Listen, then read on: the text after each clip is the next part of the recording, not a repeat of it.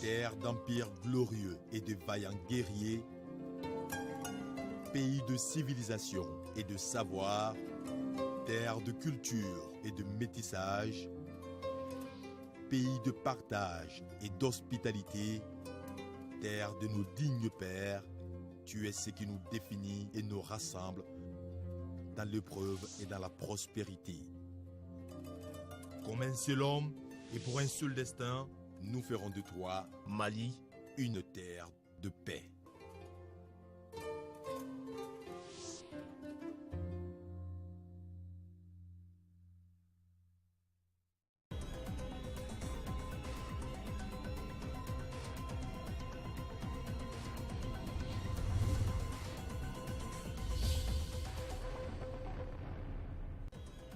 Une année fructueuse pour le monde rural. La campagne agricole 2016-2017 a battu les records avec 8 845 000 tonnes de céréales. Information donnée aujourd'hui au Conseil supérieur de l'agriculture.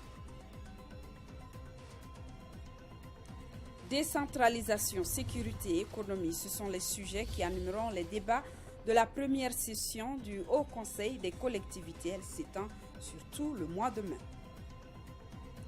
Le monde qui célèbre chaque 30 avril la musique jazz à Bamako depuis 7 ans soutient le Jazz Kumbé Festival, une initiative de l'association Nyokon Kumbé.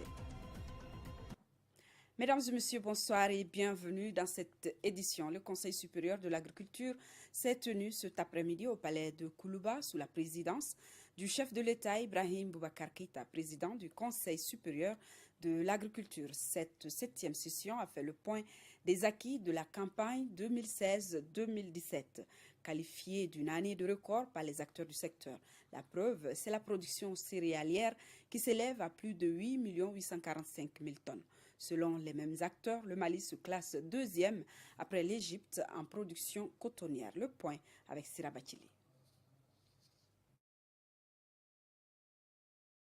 De cette édition, c'est parti pour la première session ordinaire au titre de l'année 2017 du Haut Conseil des collectivités. Elle se poursuit jusqu'au 31 mai prochain. Les conseillers nationaux vont échanger sur la décentralisation, la sécurité, l'économie et notamment le coût de la vie au quotidien. Ils procéderont également au renouvellement du bureau de l'institution. Mariam Sagara, compte rendu.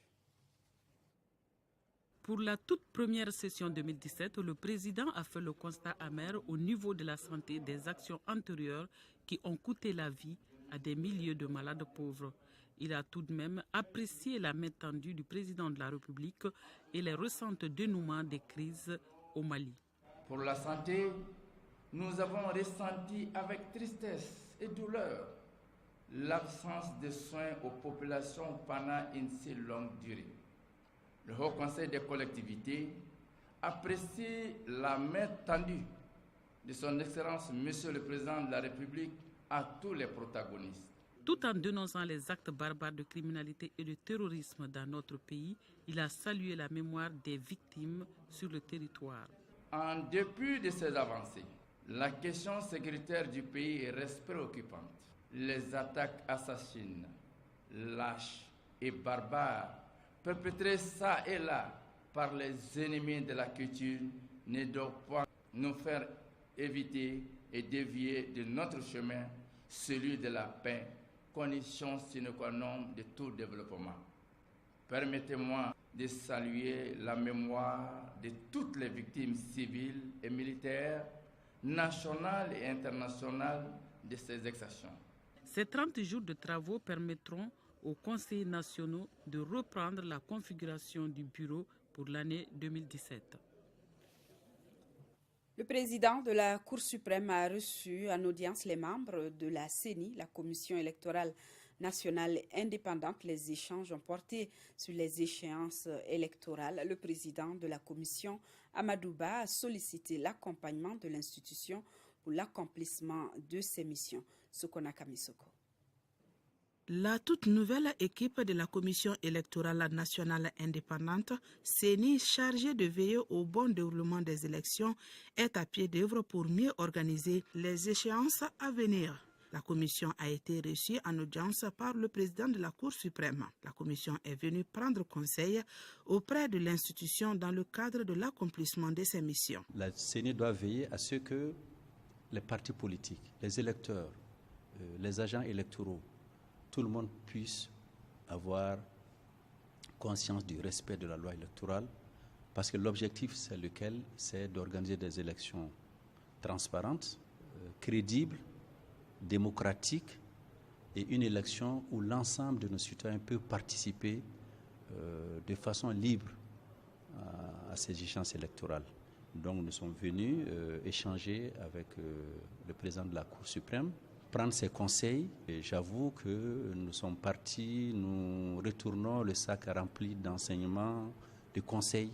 Le président de la Cour suprême a félicité les membres de la CENI pour la confiance placée en eux, avant de réitérer son accompagnement à la nouvelle équipe.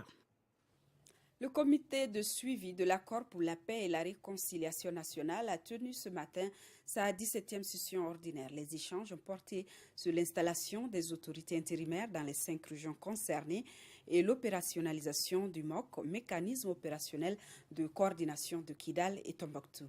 L'état d'avancement de la mise en œuvre de l'accord a été salué par le président du comité de suivi de l'accord pour la paix et la réconciliation nationale. Pour plus de détails, je propose d'écouter Ahmed Boutache. Il est le président du comité de suivi. Il est interrogé par Moussa Fane.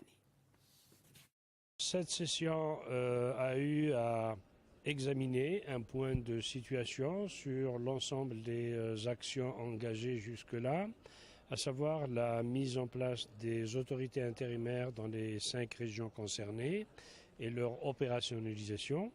Il s'était agi également de faire un point de situation sur l'opérationnalisation des mécanismes sécuritaires, c'est-à-dire de voir quel est l'état de fonctionnement du MOC de Gao et quelles sont les mesures prises pour installer les MOC de Kidal et de Tombouctou.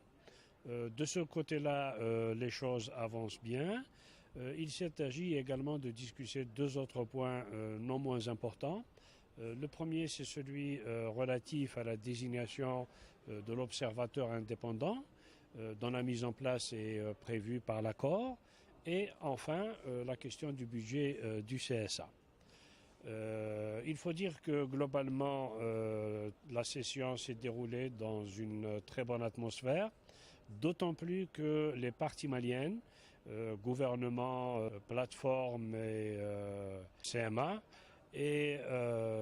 ont convenu ensemble de travailler directement entre elles à l'avenir dans un cadre mis en place à cet effet, de se consulter, de se rapprocher davantage et d'aplanir les différences et les divergences. Ce qui naturellement est quelque chose de nouveau. Cela veut dire tout simplement que la confiance s'installe entre les parties maliennes. Nous nous en félicitons. Nous n'avons pas cessé d'appeler à cela. Donc aujourd'hui, nous ne pouvons que nous réjouir de constater qu'enfin, nous sommes parvenus à ce résultat. Des officiers des pays du G5 Sahel reçoivent une formation pour une meilleure coordination des actions de sécurisation dans le Sahel. La formation est encadrée par l'Union européenne et concerne 23 officiers des 5 pays membres du G5. Le compte-rendu de Adama Koulibaly. L'Union européenne, à travers sa mission d'entraînement des forces armées des pays du Sahel, lance sa 3e édition de formation sur la coordination des efforts à sécuriser l'espace Sahel. 23 officiers choisis parmi les forces armées du G5 Sahel sont en atelier de 2 semaines pour apprendre des techniques de coordination pour une meilleure opérationnalisation dans la lutte contre le terrorisme en Mauritanie, au Tchad, au Niger, au Burkina Faso et au Mali. Le contexte actuel dans lequel nous sommes est marqué beaucoup plus par du terrorisme que par des conflictualités entre nos États. Et à cet effet, les chefs d'État du G5 Sahel sont réunis pour annoncer la création, la mutualisation de nos forces. Et c'est cette dynamique qui est lancée depuis ce moment que nous sommes en train de formaliser de plus en plus actuellement. Cette formation, elle va en effet permettre d'améliorer l'interopérabilité entre les forces armées des pays du G5 Sahel en établissant et en maintenant un réseau de liaison en appui d'opérations transfrontalières dans la région sahélienne. Les 2 semaines de formation seront axées sur des formations théoriques et des exercices de simulation de commandement des opérations qui seront menées. Les cadres de la région de Mopti se concertent autour de la situation sécuritaire dans la région. La rencontre doit déboucher sur des propositions de solutions concrètes afin de favoriser le vivre ensemble et la cohésion sociale dans les régions du centre de notre pays. La rencontre est coprésidée par les ministres de la Solidarité et de l'Action humanitaire et celui de la Réconciliation nationale avec la participation du Centre pour le dialogue humanitaire. Le compte-rendu au RT Mopti de Mohamed Diarra et Mamadou Bamba. Une longue file d'attente devant le gouvernorat de Mopti. Cet engouement est la preuve tangible que les leaders communautaires de la région ont soif de se parler afin d'aboutir à des propositions concrètes pour la stabilité dans les régions du centre. Les régions centre du Mali, Ségou et Mopti, sont le théâtre de nombreuses tensions sociales entre éleveurs et agriculteurs, toutes choses qui ont mis à mal, dans beaucoup de cas, la cohésion sociale entre ces 2 communautés jadis unies et solidaires. Cet événement de portée historique, inspiré des valeurs culturelles, vise à favoriser le vivre ensemble et promouvoir la cohésion sociale. Les cadres de la région de Mopti, initiateurs de cette rencontre, veulent ainsi opposer le bouclier du dialogue, de l'échange et de la concertation aux interpellations de la passion et de l'incompréhension. Une idée à laquelle adhèrent les partenaires financiers dont le but est de contribuer à la résolution des conflits. Le Centre pour le dialogue humanitaire se tient à vos côtés dans la recherche de solutions locales pérennes aux problèmes qui minent le centre du Mali. L'étude que nous avons publiée, Centre du Mali, enjeux et dangers d'une crise négligée, est juste un outil que notre organisation a mis à votre disposition pour vous permettre d'approfondir vos analyses. Le gouvernement s'est dit résolument attaché aux valeurs sociétales de notre pays. C'est pourquoi le ministre Konaté tire chapeau aux initiateurs de la rencontre tout en insistant sur leurs responsabilités face à l'histoire. J'ai salué la présence des hauts responsables de notre pays qui se sont mobilisés pour la solution. Mais vous savez, ces hauts représentants, ces hauts responsables sont tiraillés entre leur devoir d'objectivité et de solution des questions et l'attente parfois subjective des communautés dont ils sont originaires. Cette assemblée que vous avez voulu est un témoignage, une matérialisation de cette volonté d'aller vers une solution qui soit profitable à toutes les communautés parce que vous êtes originaire de toutes ces communautés. En tout cas, un grand pas est franchi vers la paix dans la région du centre, à travers de nombreuses initiatives, aussi bien du côté du gouvernement que de la société civile. Les différentes recommandations et résolutions qui sortiront de cette rencontre devront servir de boussole pour la stabilité du Mali. Le ministre des Mines a mission en 3e région où il s'est rendu successivement sur les sites aurifères de Somika, Wassoulor et Morila. La Somika qui s'apprête d'ailleurs à ouvrir une nouvelle exploitation minière, des travaux qui susciteront la démolition des anciennes installations et plusieurs habitations de la localité. Le ministre s'est rendu sur le site de la future carrière et la zone prévue pour le recasement des habitants concernés par le déguerpissement. Envoyés spéciaux Djelima Kandjabate, Agali Ag Agissa. À Kalana, le ministre s'est rendu sur les sites de la future extension des réserves aurifères de la Société des mines d'or de Kalana Somika. La démolition des équipements de l'actuelle mine souterraine qui tournera jusqu'en octobre 2017 ainsi que le recasement d'une partie des habitations de la localité sont au centre des concertations. Pour le moment, tout se passe bien. En collaboration avec les communautés. Le ministre a également fait le tour des installations de la société Wassoulor SA. Ici, les activités sont actuellement centrées sur l'exploration et la production d'or sur les gisements de Kodjeran. Autre mine, autre réalité. Il s'agit de la mine d'or de Morila. Après 15 ans d'exploitation, la mine qui couvre plus de 1200 hectares s'apprête à fermer ses portes en 2019. S'il y a un moyen quelconque pour pérenniser cette vie Morila, nous on veut que l'État soit avec nous. La visite de ce site m'a donné 2 bonnes raisons d'être satisfait. La première, c'est de constater que les cadres maliens ont eu la maîtrise totale de tout le processus. La deuxième, les initiateurs ont eu à cœur d'envisager des mesures qui permettent à la communauté de ne pas sentir la fermeture de la mine. Le ministre a également visité certaines réalisations dont l'aménagement des 6 étangs piscicoles et 24 cages flottantes pour promouvoir la pisciculture dans la zone aurifère.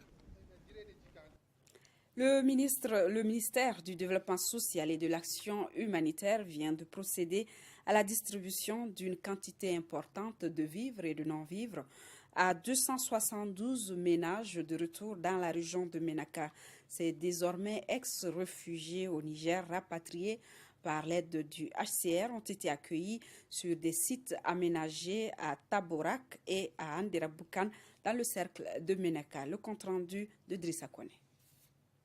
Cette donation de vivres et de non-vivres à nos compatriotes rentrés du Niger est composée de 55 tonnes de mil, 33 sacs de sucre, 40 bidons d'huile, 40 sacs de sel, 220 matelas, 50 kits scolaires, 300 moustiquaires imprégnés, 20 sacs d'aliments bétail, 200 couvertures, 200 nattes, 13 sacs de farine, 83 kits de dignité et des tentes. Les bénéficiaires au nombre de 1483 personnes sont de 272 ménages pour la plupart des femmes et des enfants. Leur rapatriement a été facilité par l'UNHCR et ces désormais ex-réfugiés au Niger ont été accueillis sur les sites de Taborak et d'Andraboukan. C'est quelque chose qui est venu juste à ce moment. Parce qu'il faut assister la personne le moment où il est. Pas laisser la personne souffrir après tu viens l'assister.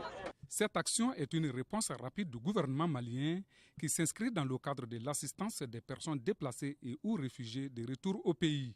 Une politique qui vise à soulager la souffrance des personnes démunies. Cela traduit une volonté manifeste de l'État malien et d'accompagner nos compatriotes pour faciliter leur réinsertion au pays. Ça fait un bien bon bout de temps que nos compatriotes qui sont réfugiés au Niger n'ont pas attendu le programme de retour organisé pour regagner notre pays. Cela dénote de leur empressement et leur désir ardent à retourner chez eux vivre avant l'hivernage. Des actions similaires sont annoncées dans un bref délai dans la région de Ménaka pour faciliter la réinsertion socio-économique de tous nos compatriotes de retour au Bercail.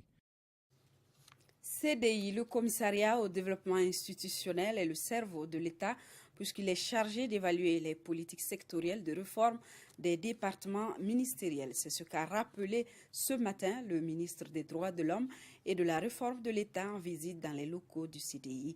Cette structure a aussi pour mission d'élaborer les éléments de la politique nationale de la modernisation de l'État. Ramata Konati, compte rendu. Le ministre en charge de la réforme de l'État à la découverte du CDI, le commissariat au développement institutionnel. 39 agents y travaillent pour la modernisation de l'administration malienne. Je suis agréablement surpris. C'est un service essentiel pour mon département parce que c'est ici qu'est conçue, élaborée et mise en œuvre la politique nationale de la réforme de l'État que je suis chargé de conduire. J'ai pu découvrir un service extraordinaire qui est un service transversal vers lequel convergent toutes les réformes sectorielles de l'État. Pour permettre à la structure de jouer pleinement ses rôles, l'heure est au renforcement du partenariat et à la consolidation des acquis. En prenant toutes les initiatives qui sont nées ici, c'est un service qui existe depuis 1969, qui a fait l'objet de plusieurs réformes et où est concentré un certain nombre de documents. On vient de le voir dans la salle des archives. Il faudrait mettre tout ça ensemble pour aboutir à une vraie réforme de l'État. Et nous avons la chance d'avoir des partenaires canadiens et européens que j'ai vus également ici, avec lesquels nous allons essayer de remettre tout ensemble pour avoir une administration ultra moderne et performante. De 1969 à nos jours, 11 commissaires se sont succédés à la tête du commissariat au développement institutionnel. Le ministre de la Jeunesse et de la Construction citoyenne a reçu ce jour La 5e cohorte du programme Young African Leader Initiative YALI du gouvernement américain de retour de leur formation qui s'est tenue du 27 février au 31 mars 2007 au Centre régional de leadership à Dakar. Au cours des échanges, les jeunes ont remercié le ministre et l'ambassade du Mali au Sénégal pour leur accompagnement. Et ce message du Rassemblement pour le Mali, le RPM, à l'occasion du 3 mai, Journée mondiale de la liberté de la presse, le Bureau politique national du Rassemblement pour le Mali saisit l'occasion de cette 24e édition célébrée sous le thème global des esprits critiques pour des temps critiques, le rôle des médias dans la promotion d'une société pacifique, juste et inclusive, pour rendre un vibrant hommage aux femmes et hommes des médias de notre pays pour le rôle majeur et patriotique qu'ils ont joué et continuent de jouer dans la consolidation de la démocratie, de la paix, de la réconciliation, de la cohésion nationale et de l'apaisement social.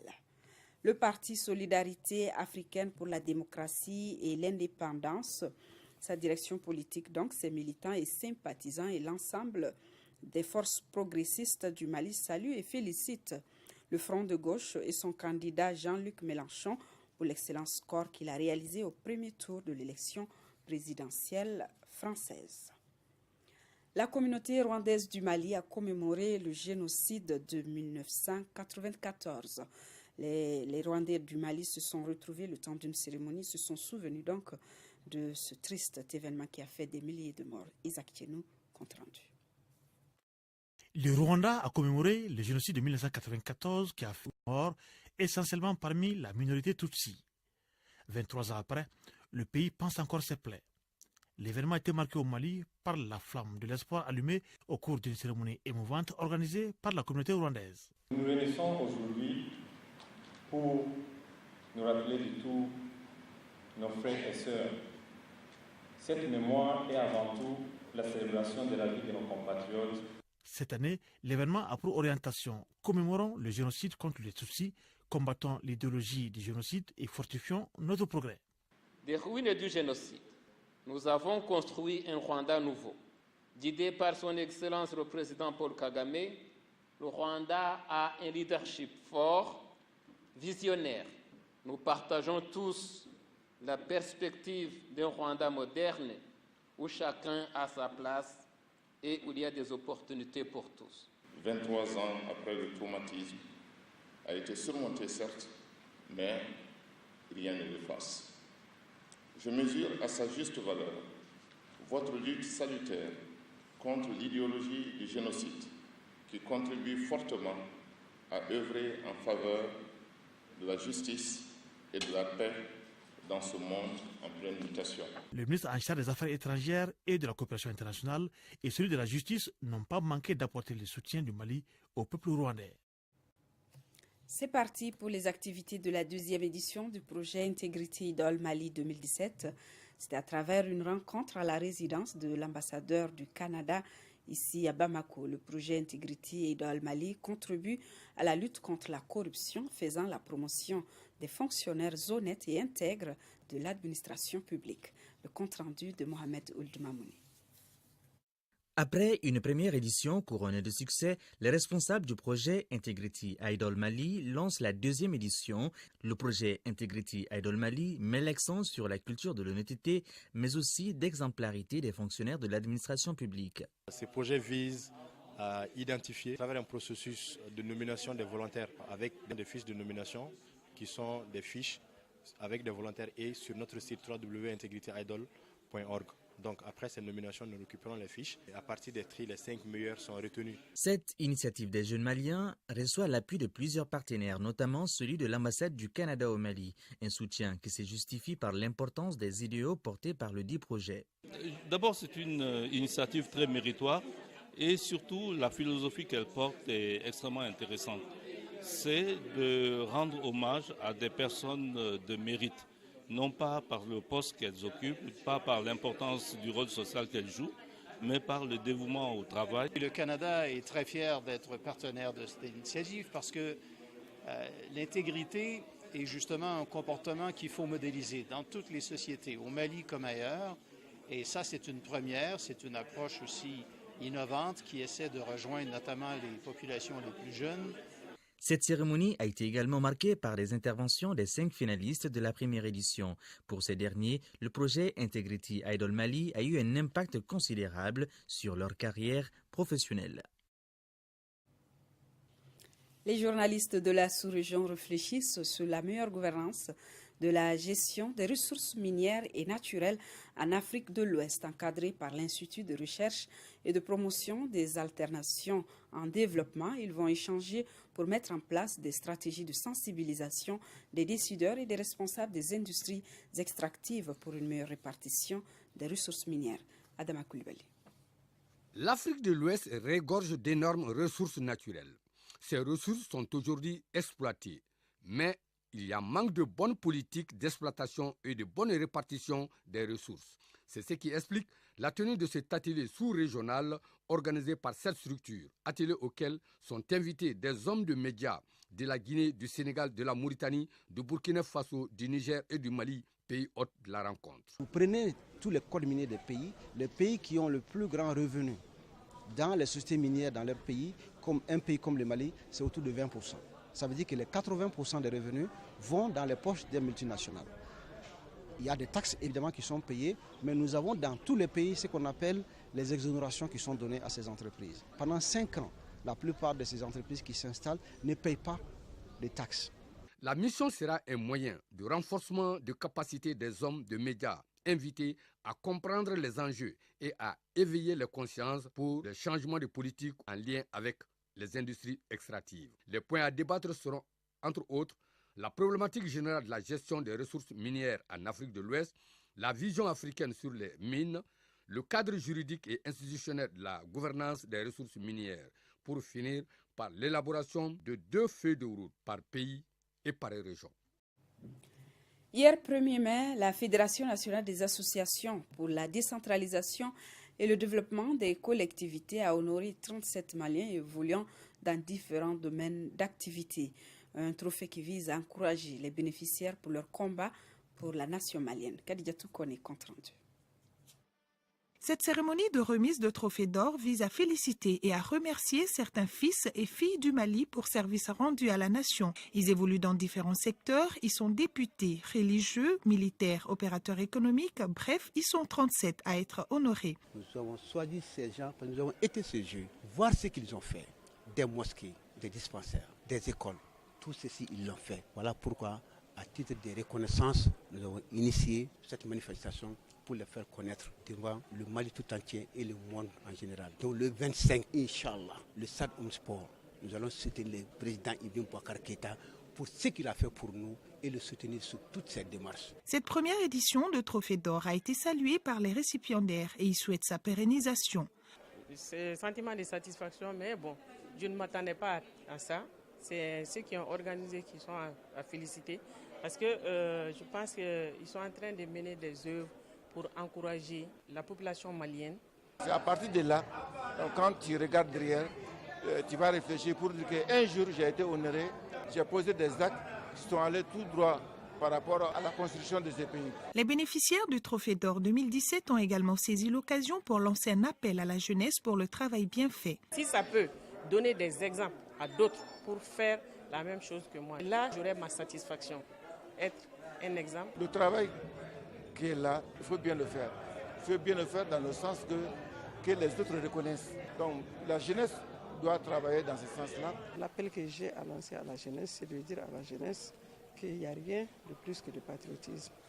Tout ce qu'on fait pour son pays est vraiment la bienvenue. Cette cérémonie s'est achevée sur une note festive avec la prestation de certains artistes comme Salih Sidibé et Abdoulaye Diabaté.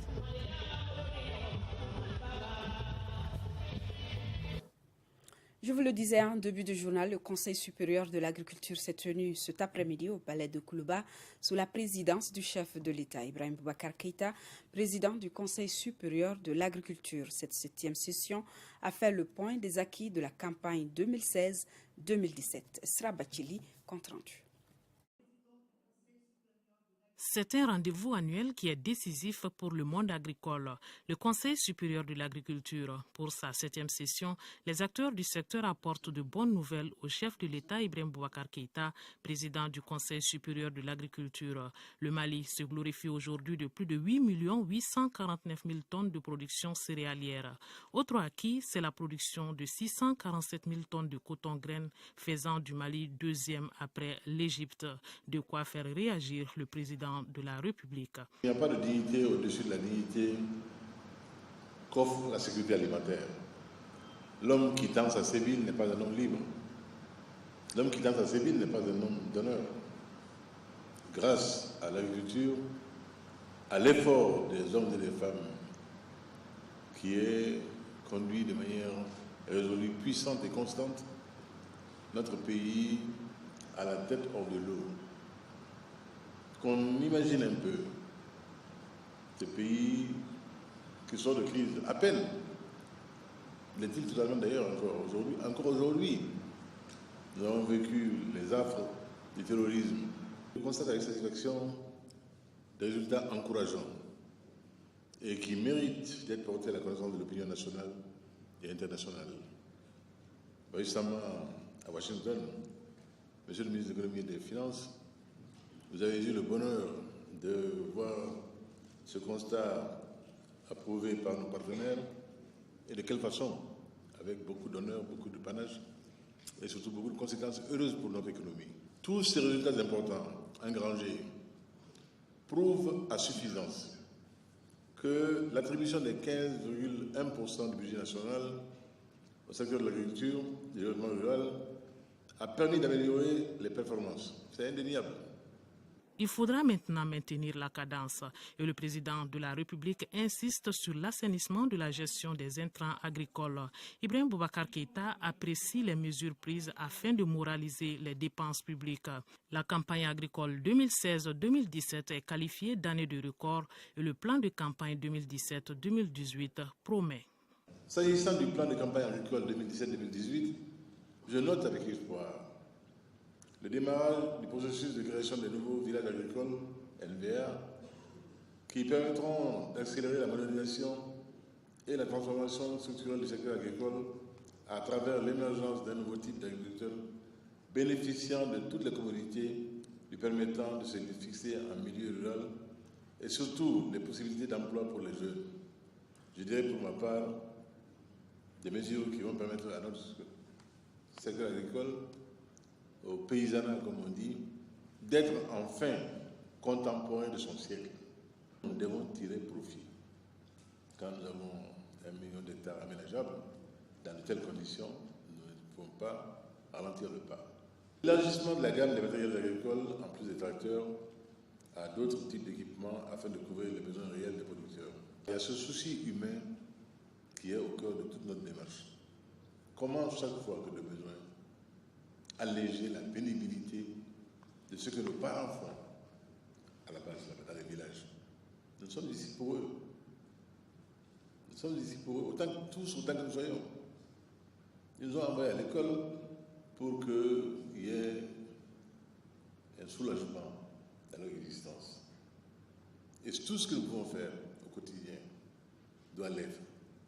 Si la conscience de ce que nous sommes et de ce que nous devons à cela, est obscure, est réelle en nous, pour que nous fassions en sorte que les pénibilités des tâches quotidiennes soient amoindries. 6 programmes ont été validés sur place pour le démarrage effectif de la campagne. Le programme de campagne agricole 2017-2018 est validé. Que le programme d'équipement des départements agricoles antimatériels, de mécanisation et de motorisation est validé. Que le programme de subvention des intrants agricoles se poursuivra. Que le programme de création de nouveaux villages et de CRP est validé. Que le programme de recrutement de 500 agents est validé. Que la dotation de 15% du budget national est validé. Bonne campagne agricole. Message de confiance pour le dynamisme et le savoir-faire des braves exploitants. Message ponctueux de la minute de silence accordée à nos braves soldats tombés sur le champ de l'honneur. La subvention des intrants agricoles, la mécanisation du secteur ou encore l'allocation de 15% du budget national à l'agriculture sont autant d'efforts qui ont permis de réaliser ces résultats. Les autorités entendent maintenir ce cap pour les prochaines années. Ibrahim Traoré. La campagne agricole 2016-2017 s'est achevée avec un tableau jugé très reluisant par le monde agricole. La cause, de nombreuses initiatives qui l'ont accompagné. L'on note d'abord la subvention de l'engrais dont le prix du sac est maintenu à 11 000 francs CFA. Il y a aussi la mécanisation du secteur agricole avec notamment la mise à disposition de 1000 tracteurs aux paysans. À cela s'ajoute l'initiative présidentielle d'allouer 15% du budget national à l'agriculture. Il y a un gain de productivité qui commence à émerger, ce qui est un facteur de réduction des coûts réels des produits alimentaires qu'on mettra sur le marché. Et deuxièmement, c'est un facteur qui permet d'augmenter rapidement les revenus des producteurs. Je vous donne un exemple simple. Si par hectare, vous faites 2,5 tonnes et vous passez à 3 tonnes, 4 tonnes, vous vendez à peu près au même prix, même s'il y a une diminution, vos revenus auraient augmenté parce que vous avez utilisé le même nombre de sacs d'engrais. Rien n'a changé au niveau des intrants, par contre, le rendement a augmenté. Donc nous avons déjà perçu un frémissement de cette dynamique et je crois qu'elle va être poursuivie. Par rapport à l'insémination, il y a eu beaucoup d'avancées. On a vu d'ailleurs que le taux a dépassé les objectifs. Les objectifs ont été dépassés. Maintenant, il faut penser à la transformation.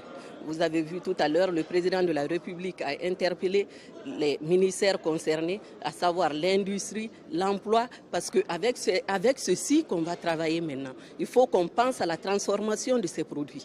On a le lait maintenant à suffisance dans certaines zones du Mali, on a la viande. Maintenant, comment transformer ces produits-là? Les abattoirs, il faut les moderniser. On a beaucoup de chantiers. L'engagement du chef de l'État et du gouvernement est salué par les paysans. En leur nom, le président de l'Assemblée permanente des chambres d'agriculture, Bakary Togola, souhaite le maintien de cette dynamique pour le bonheur du monde agricole. Avec les changements climatiques, s'il n'y avait pas les 1000 tracteurs cette année, la campagne avait fait un décalage de 20 jours. Donc ça veut dire qu'une bonne campagne au Mali commence à partir du 15 mai. Et l'an passé, on a commencé jusqu'au 15 juin. Donc ça veut dire qu'il y avait un décalage de 20 jours. Et s'il n'y avait pas l'opération des tracteurs, ça sera un manque à gagner. Donc tout ce qu'on demande au chef d'État et au ministre de l'Agriculture et au Premier ministre, que ça soit une continuité. Les paysans repartent donc dans les champs avec de nouveaux objectifs et avec un véritable espoir. Espoir d'accomplir encore une fois une meilleure campagne. Ils comptent certes sur une bonne pluviométrie, mais aussi et surtout sur une assistance permanente des autorités du pays. Et le gouvernement de la République du Mali qui informe l'opinion nationale et internationale que ce jour de mai 2017, une mission de ravitaillement des forces armées nationales est tombée dans une embuscade entre Dogofri et Nampala. Le bilan provisoire est de 9 morts et 5 blessés. En cette douloureuse circonstance, le gouvernement de la République du Mali s'incline pieusement devant la mémoire des victimes, présente ses condoléances aux familles éplorées et souhaite prompt rétablissement aux blessés. Le gouvernement condamne vigoureusement cet acte lâche et barbare et rappelle que son engagement ainsi que celui de ses partenaires est de poursuivre sans relâche la lutte implacable contre le terrorisme et le narcotrafic. Le gouvernement de la République du Mali réitère son soutien aux forces armées et de sécurité nationale dans la noble mission de protection des populations et de leurs biens. Le président de la République a reçu tout à l'heure les acteurs du football malien venus rendre compte de l'entente retrouvée suite à la crise à la FEMAFOOT. C'était en présence du Premier ministre Abdoulaye Idrissa Maïga et des membres du gouvernement impliqués dans la médiation. Le président Ibrahim Boubacar Keïta a loué l'importance du football dans la société. Il a exhorté tous les membres de la grande famille du football à l'unisson afin que les sélections et les clubs maliens fassent de bonnes performances sur la scène internationale. Les désormais ex-protagonistes On salue la démarche des plus hautes autorités du Mali. Du nouveau dans vos kiosques avec ce nouveau livre intitulé « Au service de l'école ».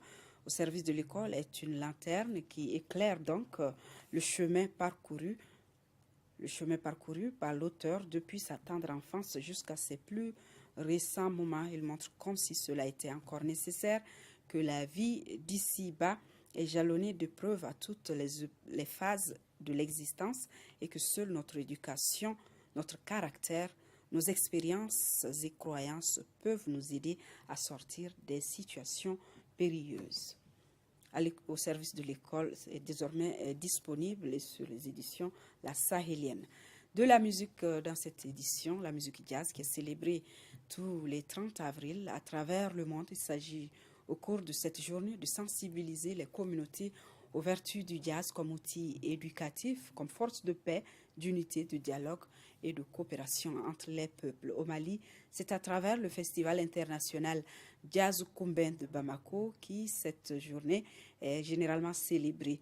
Ce festival dédié au jazz est une initiative de l'association Nyogon Koumbe. Il est à sa 7e édition. Le compte rendu avec Fousseini Tunkara.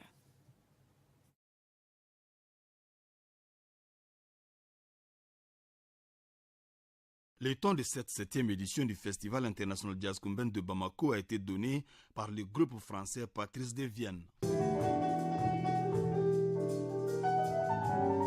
À la suite de ce groupe venu spécialement pour ce festival, les mélomanes passionnés de la musique jazz ont apprécié le maestro Sekti Jansek, affectueusement appelé Black Buddha.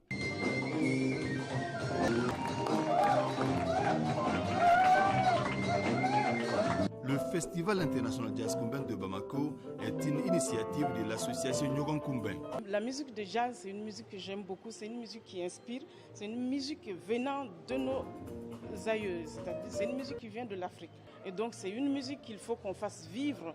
Cette initiative de porter haut la musique jazz au Mali est soutenue tant au plan national que par des partenaires étrangers. Chacun apprécie l'événement à sa manière. Et ce que nous apprécions surtout, c'est surtout les masterclass. Ça permet de pérenniser l'action, d'organiser une sorte de relève avec les étudiants et les élèves. L'Institut français a toujours été partenaire, est un partenaire depuis la création de cet événement.